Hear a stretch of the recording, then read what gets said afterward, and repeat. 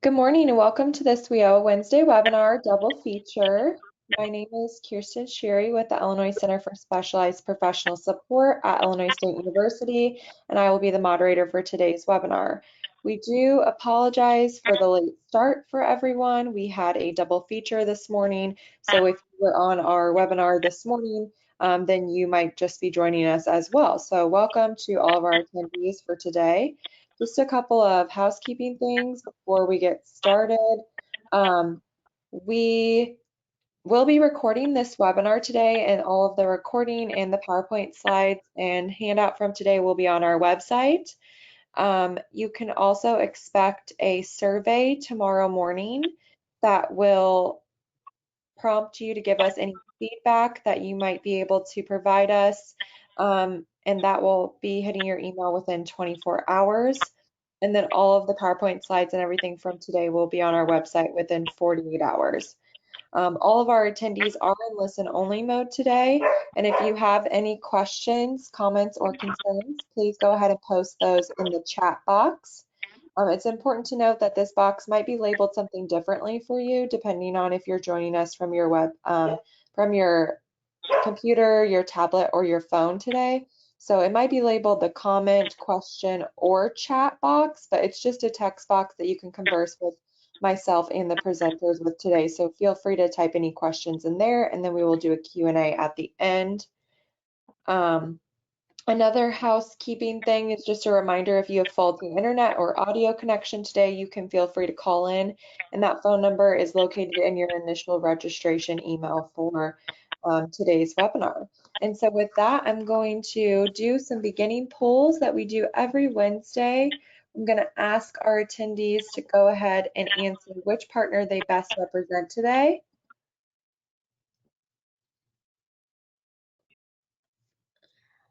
One second.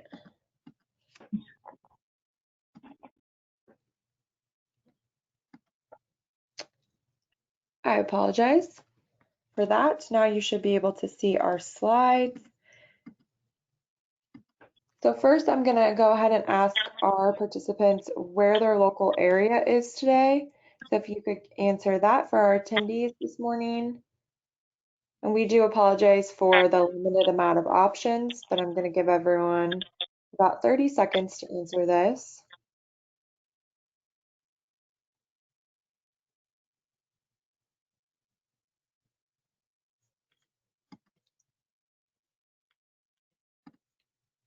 Okay, I'm going to go ahead and close the poll and share the results so we can kind of see where everyone's joining us from today.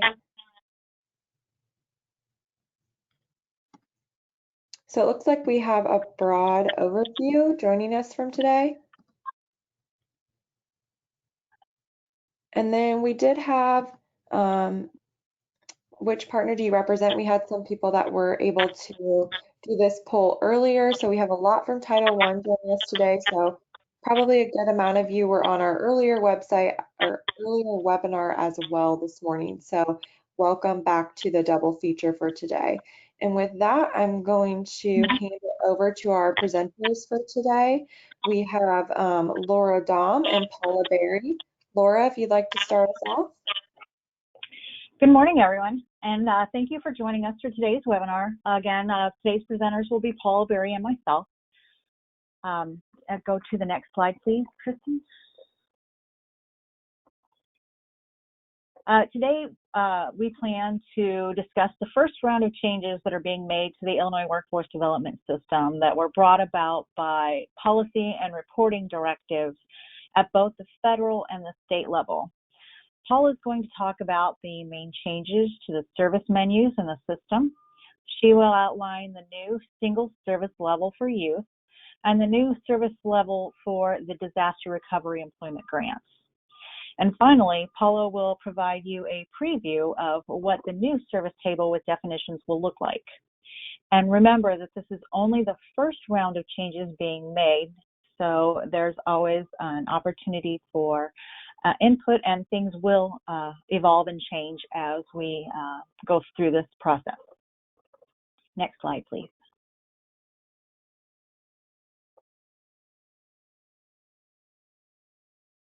The changes to the system were brought about to align with federal guidance and the work done by the core WIOA partner programs so that we can have common service definitions.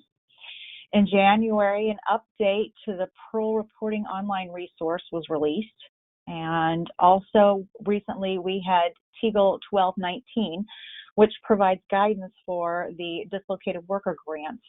And that's relevant due to the 2 disaster grants that we have received to assist with the COVID epidemic.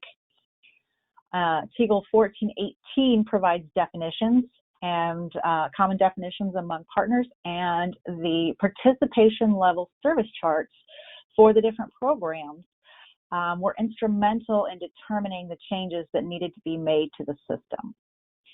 We've also followed the Career Pathways Dictionary, which provided us definitions that were reviewed and agreed upon by several stakeholders and agencies across the state of Illinois. Next slide.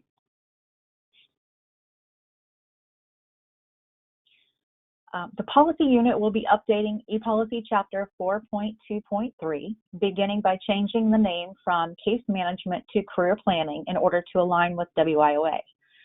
First, we will be replacing the original implementation guidance with more current information.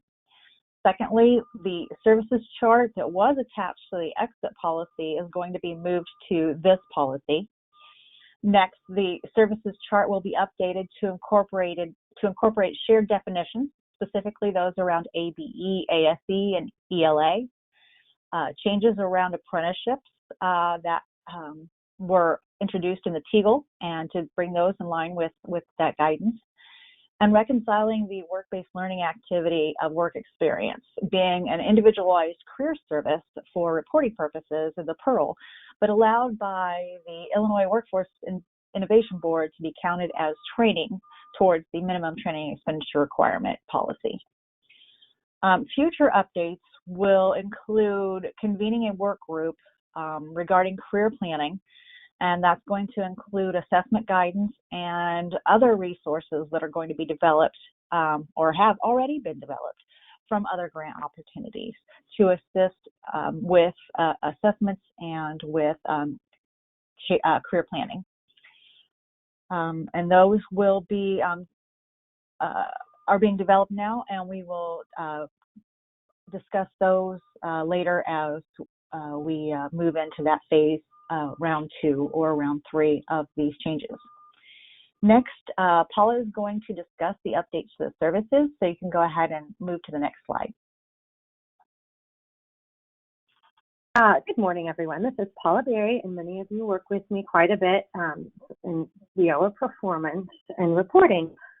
So today, I just want to reiterate what Laura mentioned regarding these services. It is round 1, and we realize that a lot of the OWIBs and contacts at OWIAs are going to have a lot of questions and some really good input to provide us regarding these services and the implementations in the system, in our reporting system, the Illinois Workforce Development System. So where we began with this over a year ago is looking at these lists of services in IWDS and wondering why some of the lists were including some of the older services that were from either JTPA or WIA.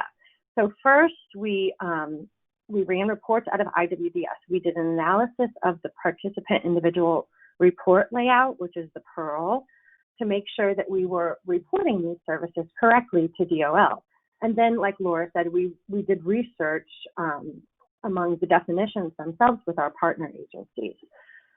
We identified some areas that needed to be updated and corrected as far as what is considered training for adult and dislocated workers, career, work-based learning, the fact that that's not actually reported as training in DOL's eyes, and then categories that should be only for youth. And those, the TEGL that is directed towards these services, like Laura had, and the list of resources that she provided in the second slide is very, very useful. So For the TEGL 1916 is going to provide the information regarding our adult and dislocated worker services, and the 2116 is directed towards the youth. When you're looking at these services and these updates, if you ever have any questions. So what we did as far as the data analysis is that out of our system, we ran reports for adult dislocated workers and youth that identified exactly how many times each service had been recorded in the system since July of 2016. And what we found is that the majority of the services were either very, very rarely recorded or never recorded. And then there obviously were like occupational skills training and certain trainings like that. It was where what the services everyone seemed to be recording for training and so on for career. So moving on, the conclusion is what we did, and part of it is just for career planners, ease of use of the system. We streamlined those drop downs in IWDS, so we reduced the number of services you had to look at and choose from. And along with that, we've refined the definitions. What we've done is to identify the supportive services. Even though the career planners know what these are, we labeled them with a simple SS to group them together when you're choosing services out of those drop downs, especially for some newer staff. We thought that would help. Then as far as the levels, the service levels we're all used to, career, training, and then the youth service levels, we mapped them so they're reported correctly in the PIRL. You'll see, and I'll demonstrate, instead of having those 4 service levels for youth, there's going to be 1.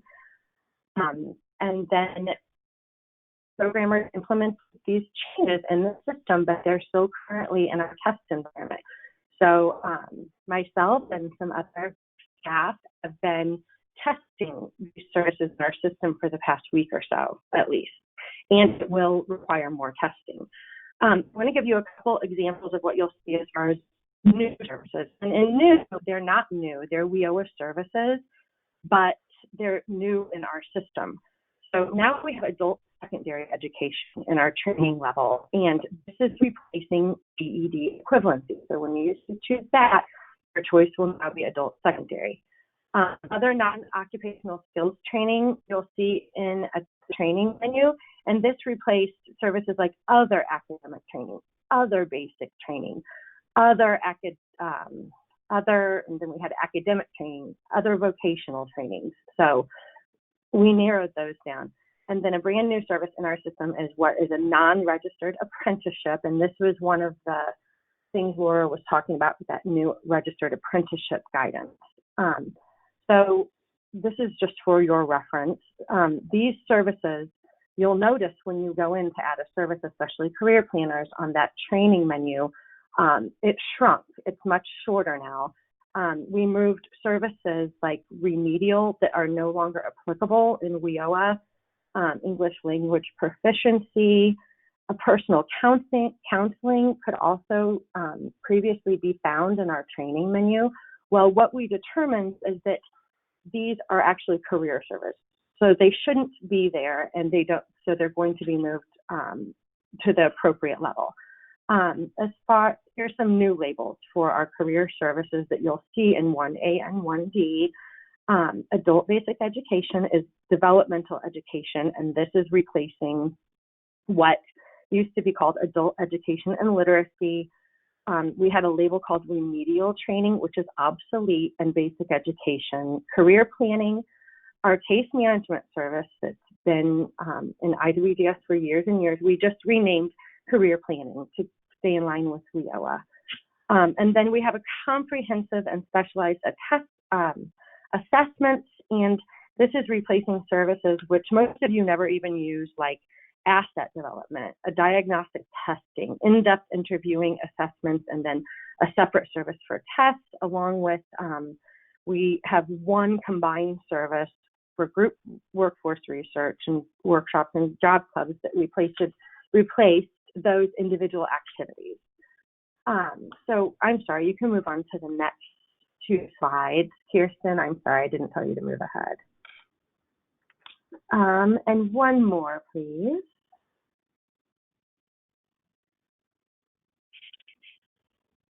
Okay, so this is what I just went over. I'm sorry, I wasn't clear when to move ahead. So, and you can go on to one more slide. Thank you. Okay, so what else we tried to do, which I think that a lot of people have been asking for a long time, with performance measure reporting, the type of service that a customer or participant is enrolled in determines what performance measures they're in. So part of this is where we indicated there's a field on the policy table that will indicate the performance measure that that service will put you in. So for example, these services that used to be on the training menu, adult basic education, which is developmental education, English language, job readiness courses, those are career services. And for those measures, the services will trigger participants to be in the employment second and fourth quarter rate after exit and potentially the median earnings measure. And next slide, please. And we're doing the same for the training services to make that very clear. So you know when you're enrolling someone in an adult secondary education, they will be included in the denominator for the measurable skills and or the credential attainment rate, in addition to those employment measures when they exit. Part of the research were for services like entrepreneurial skills training for adult dislocated workers. Now, I want to point out that for many of the services, DOL doesn't provide the really detailed definitions for adult dislocated worker like they do for youth. And I'll show you in the TEGL. So this entrepreneurial skills training, based on research, I believe it should probably only include an adult or dislocated worker in an MSG measure, just like the customized training contract. That is going to kind of work itself out to come. So there's many other definitions that will be updated, especially once you guys in the field get a chance to look at this. Next slide, please. So as far as a couple modifications to 2 IWDS screens when you go to enter a service, for the registered apprenticeship programs, which is a registered apprenticeship service, we identified in the PIRL that when a participant is put in a registered apprenticeship, and part of that registered apprenticeship, one of the elements, which it usually is an OJT, skill upgrading or retraining element, DOL doesn't want you to report those separately, but we want to identify that those are going on. So you'll see when you go to enroll someone in that service, you're required, or actually it says must choose. I didn't edit that very well. I'm sorry. You should choose yes or no to either OJT or skill upgrading or retraining. And then there's the service that we've always had, non-WIOA funded training. This was renamed Training Paid by Non-WIOA Title I Funds. This will appear in drop-downs for adult dislocated worker and youth, and it will be included in the career and the training drop-downs for adult and dislocated worker. Now for this selection, there will be a drop-down that's required. So when you're adding this service, the system wants you to select the other type of funding. So that can either be the apprenticeship expansion, specify other, private sector, public sector, and then the partners, we are Title 1, 3, or 4. Whereas there used to be a private and public sector training services that disappeared in the drop-down, this service in itself is replacing those. So next slide, please. So here's an example of what the screen in IWDS will look like when you're adding a registered apprenticeship service. Next slide, please. And this is the new screen with the new drop-down you'll get when you go to add a training paid by non-WIOA Title I service. And next slide, please.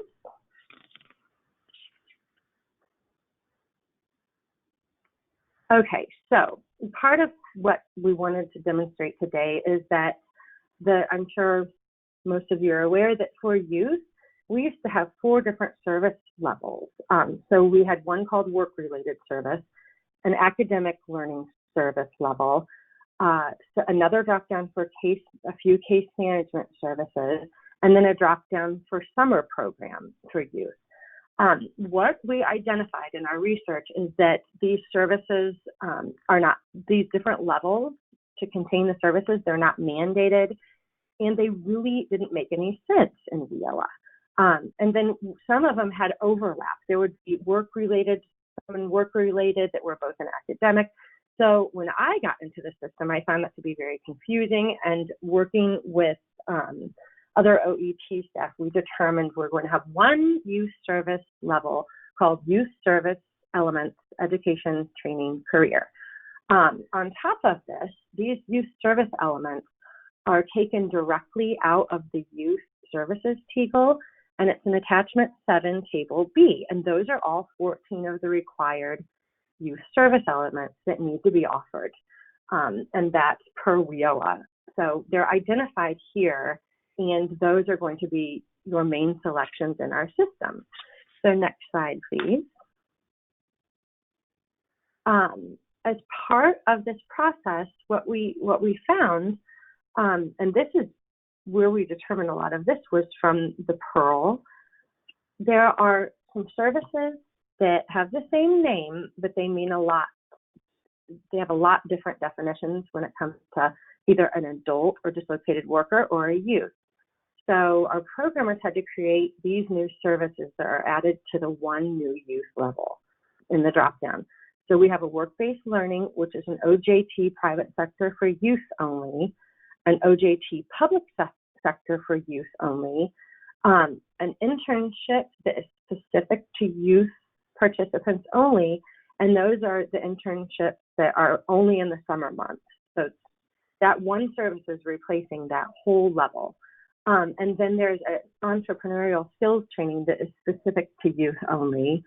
And then a non-registered apprenticeship, which I mentioned earlier, was added, and that's for all programs, adult dislocated worker and youth. The biggest implication with these new youth services, OJTs and entrepreneurial skills training are not identified for training the same way as they are for the other programs, meaning that they're not going to trigger the inclusion of these youth in any of those training measures, meaning the MSG or credential. Much more training and assistance is going to be forthcoming on these issues, but I just wanted to point this out today because you're going to see this when career planners go to record services. So you can go to the next slide, please, Kirsten. Hey, Paula, real quickly. Yeah. Dina would like for us to make sure that everyone within the Chicago area that uses Career Connect is aware that these similar changes are going to be made in Career Connect. Yes. And that they will have a separate training for Career Connect that she will organize. So they will be getting something soon on that. Okay, thank you so much. Yes, this will definitely be a separate training for users of Chicago's Career Connect. There will be differences, so I would wait for that guidance if you're using Career Connect.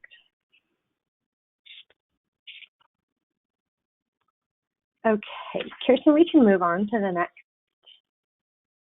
slide, and here is where I was going to introduce what our new services document will look like. I know we're all used to the gray and white table that is all inclusive of the services that have just been added over the years. So Kirsten, if you could just pull up that Excel document I sent you. And this is a draft. There's still many services, the definitions need to be updated. But this is the basic format. So this, what Kirsten pulled up, is going to be the tab for adult and dislocated worker training services. So these will be identified in the drop down in IWDS when you go to the training level. To the left, I just want to explain this before we roll it out. I don't know that we'll show these PIRL elements, but the left-hand column are the service descriptions that come right out of the PIRL, the reporting layout. And then that's the reporting element number. And then to the right are the labels that will be identical to what you see in IWDS, which they are right now. And then that's the training service ID that is in our tables in IWDS. Then we provide the definition. The right-hand columns are where will indicate for the training services, either MSG or credential measures, that if you receive this service, you'll be in that measure, your participants will be in the measure. And then I've yet to, but in the coming weeks, I'll be identifying whether or not that service counts towards your minimum training expenditure, 50%, or the work-based learning experience measure at 20%. So there'll be real clear indicators for LIBs and WIAs to reference to know what service has what impact on each participant. Kirsten, if you just want to move over tabs to 1A, 1B career. So same here, basically, but I've categorized what the PIRL references to. See, we're going to be reporting all the work-based learning to DOL in one big PIRL element. But so I've identified them in the third column, column F, and those are going to be the services that will be identified in our drop-downs in IWDS. Also, I've identified, I put WBL, the prefix to the labels, just to make no confusion. When you're selecting that, there was a little bit of thinking some of those were training services, whereas they're actually individualized career services known as the work-based learning experiences. And then, Kirsten, if you want, then I created another tab just to specify those work-based learning experiences to identify the overlap between youth and adult and dislocated worker. Because, for example, the youth internship is a work-based learning experience for youth only. It's same for the OJTs. Those are work-based learning experiences for youth, but for adult and dislocated worker, they're training, so they'll be an MSG measure. And more to come on assistance regarding those details. And then if you want to go ahead and click on youth service elements, please, Kirsten.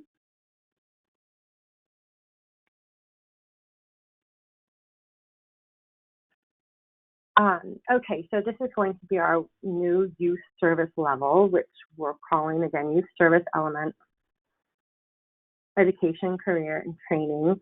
And if you just scroll down, this is what will be included in IWDS. Again, identifying work-based learning, as well as identifying all of those services which are supportive services for youth.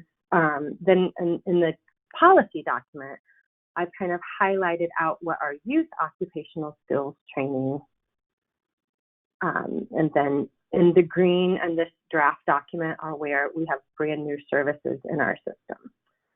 And then we can actually, before I show the next slide, if you want to click on disaster recovery, DRE, on this Excel spreadsheet, please, Kirsten.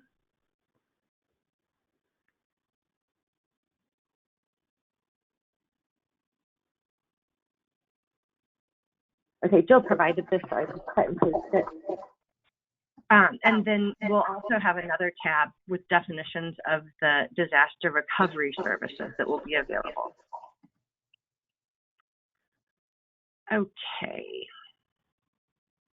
Just to give you an idea of what we'll show there. And then, Kirsten, if you want to go back to the PowerPoint and move to the next slide that says disaster recovery services.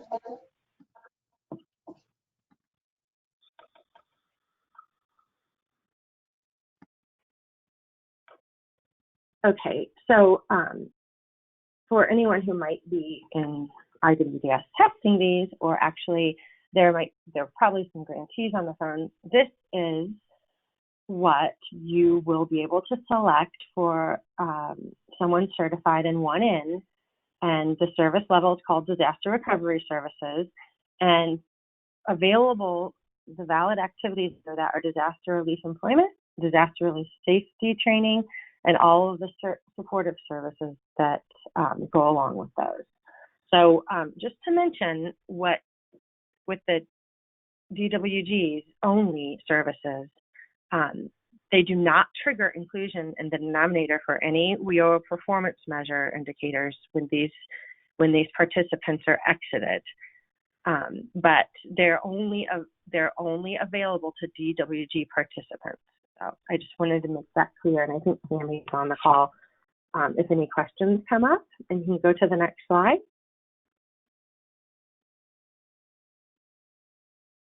Okay, so as far as this round one, for round two, I'm sure I've already identified some fields on service screens in IWDS that are no longer necessary, because when some of these services were correctly moved from training to career, obviously we won't be displaying that ITA or contract training question that requires the SIP code. So when you're looking at these services, that's identified and it's going to be addressed. When we roll out the new services definitions table, I want the services to match IWDS dropdowns. IWDS is always alphabetical, you'll notice. The way that we have created the policy document is to keep them in order of the tables, the service tables provided to us by DOL. And that's the youth element, the career services, and then the training services. So just for career planners and ease of use, I want those to match. And then, of course, we'll be providing some more detailed documents as far as procedures and technical assistance and guidance and what it means when you're actually enrolling participants in these services. And then, like I said, we'll identify when a service is going to count towards your MTE or work-based learning experience, and make sure that everyone is very clear on when a service will trigger inclusion in the measurable skills gain or credential attainment performance measures. So at this point, I'm open to any questions anyone has before you really got to look at this. I'm so sorry that I skipped over those first few slides. Okay, we do have some questions that came in. They want to know, the attendees would like to know, when is the release, or when is the timeline for the release of that document? The policy document? I believe that's what he's referring to, yes. Yeah, so with the tabs, the Excel. So I'll defer also to Laura. I'm hoping once these have been tested, it should be in the next couple of weeks, but it's going to be attached to policy, which will require updates. Laura, do you have an idea of a time frame on that? I do not have an idea of the time frame. It really depends on the our workloads and the testing, and making sure that our definitions are vetted by everyone. So I'm not really sure, but since they are being tested and will be turned on in the system, I don't anticipate that it will be too awful long. Mm-hmm.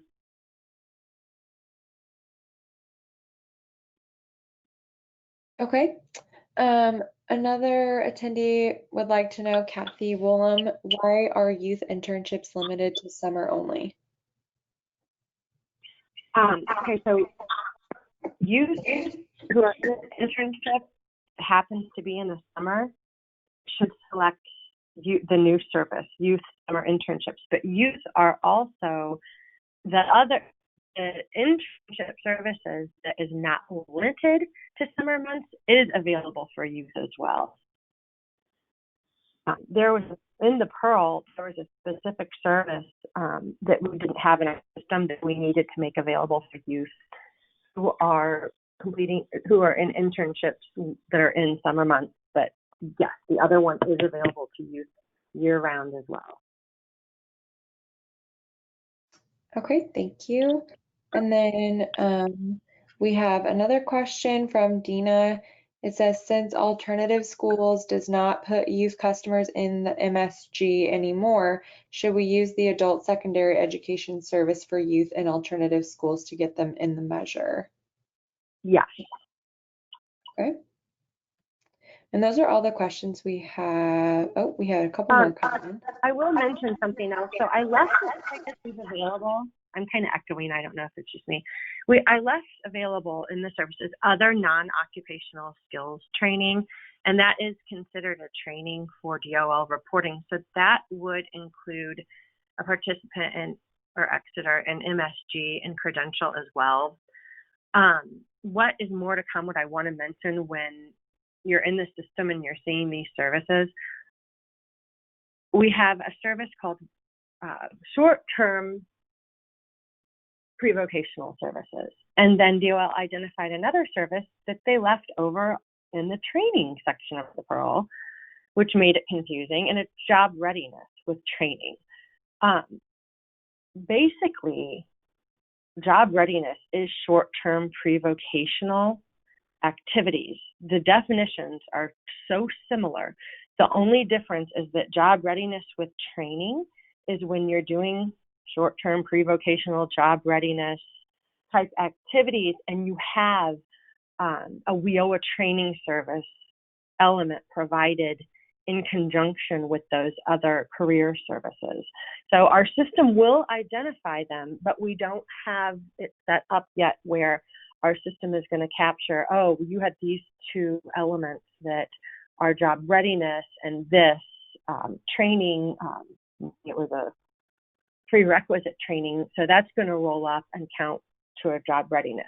You're going to have to manually decide job readiness versus short-term pre-vocational services, whether or not they're going to get a training with it. And that all goes back to what you're documenting in their IEPs or ISSs. So I just want to make that clear. And when you see, before you guys look at see these services in the drop down, I know that there's going to have to be some clarification with those. So if you have questions in the coming weeks. Okay, then we had looks like one more question that came through. Two different people asked it, but they would like to know, when will the service changes be implemented in IWDS? The first round of service changes should be implemented either this coming Thursday or Monday, August 31st.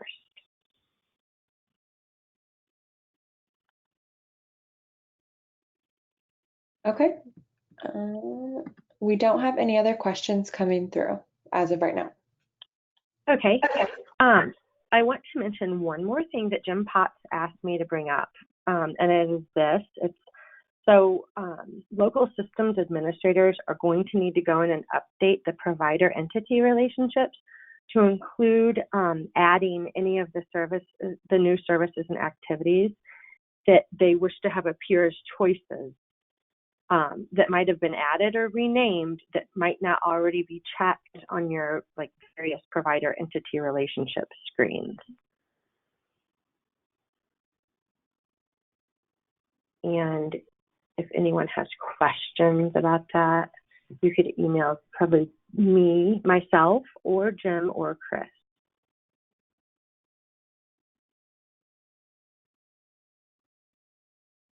Okay.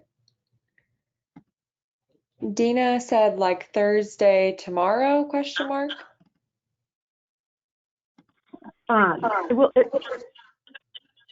If we close out our testing by then, Mark did mention it would be Monday the 31st.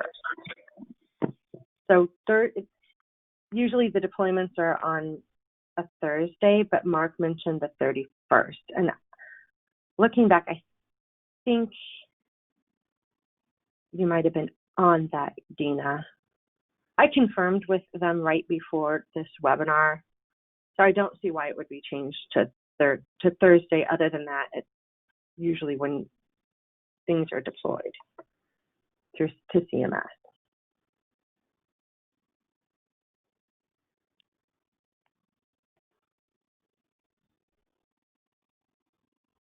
Okay.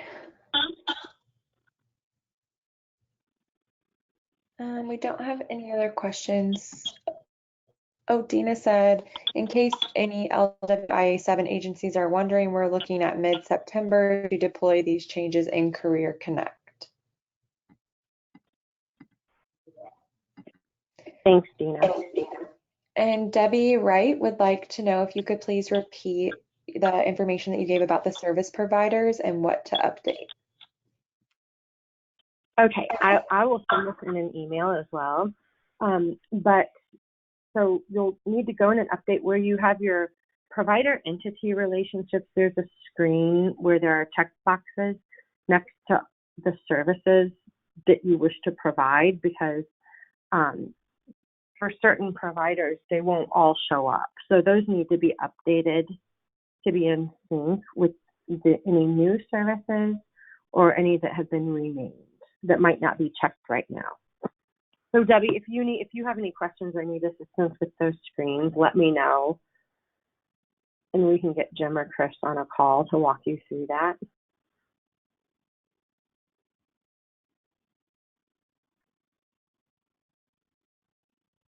Okay, I don't see any other questions coming through.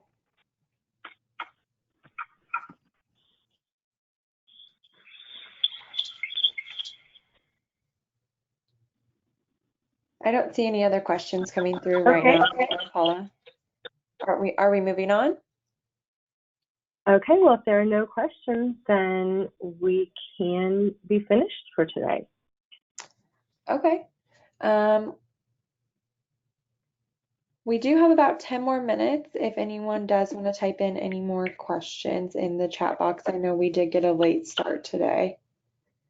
I sent the IWDS 4X test site link, and it's in the chat, I believe. Kirsten, you added it there, and as well as it's in the PowerPoint.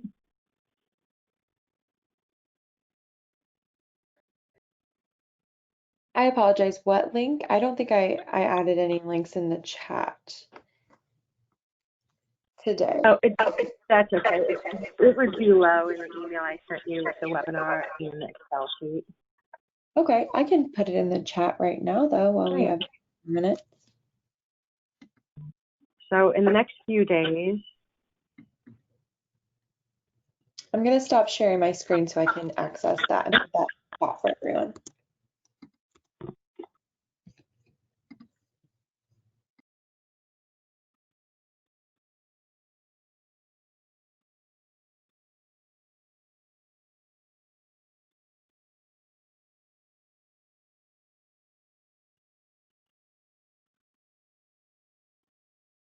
Okay, I just implemented that in the chat.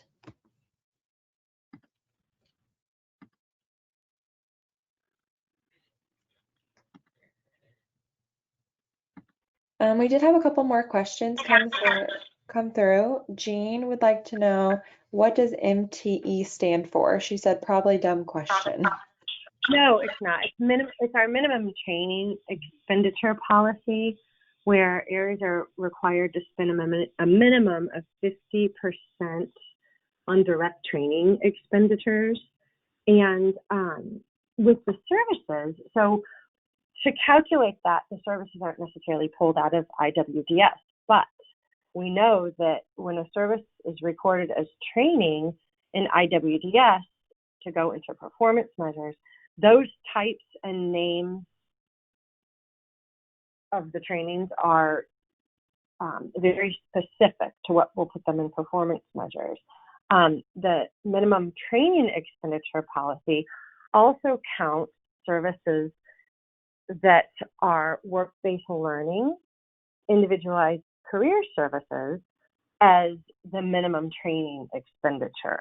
So where it is work-based learning experience type training, it's not the training that they're going to be in the WIOA performance measures for MSG and credential.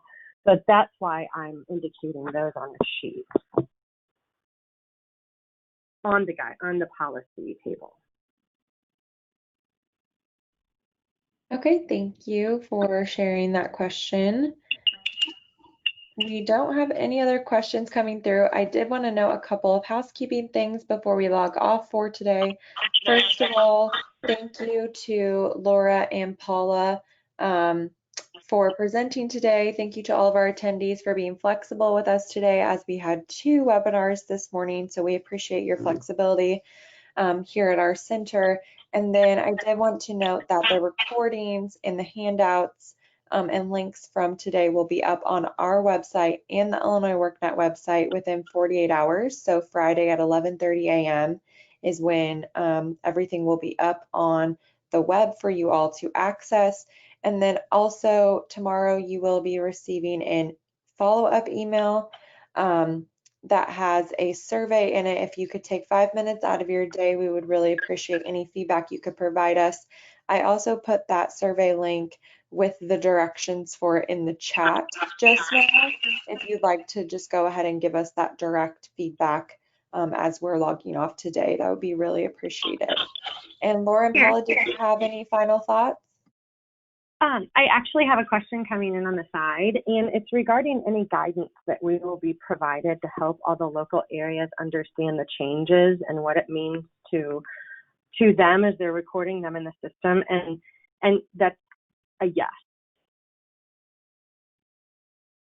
You'll be provided guidance on to understand like what service changed to which service you should be reporting now. Like the examples I gave at the beginning of the PowerPoint, where we replaced 4 services with 1 new label.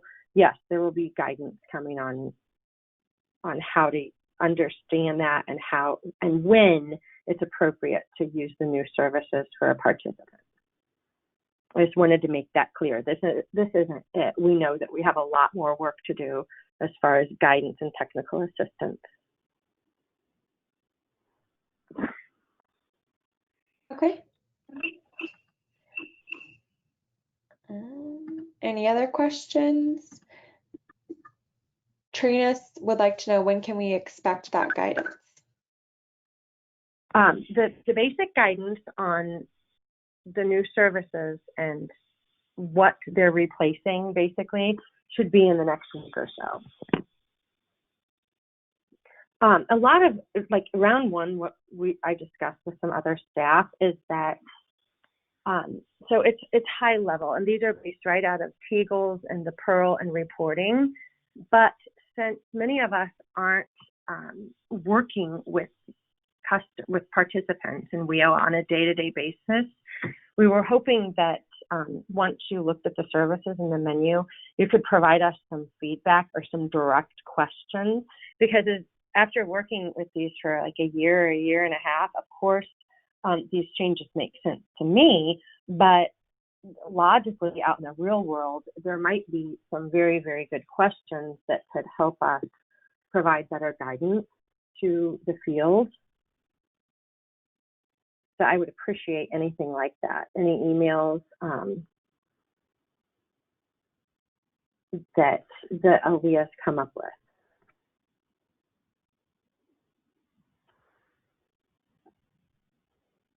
Okay, thank you for answering that question. All right, it looks like no more questions are coming through. Thank you so much, Paula and Laura, for presenting with us today. And thank you to all of our attendees. Any final thoughts, Laura or Paula? No, I think have a great day. All right, sounds good. Thank you, everyone. Have a great rest of your Wednesday.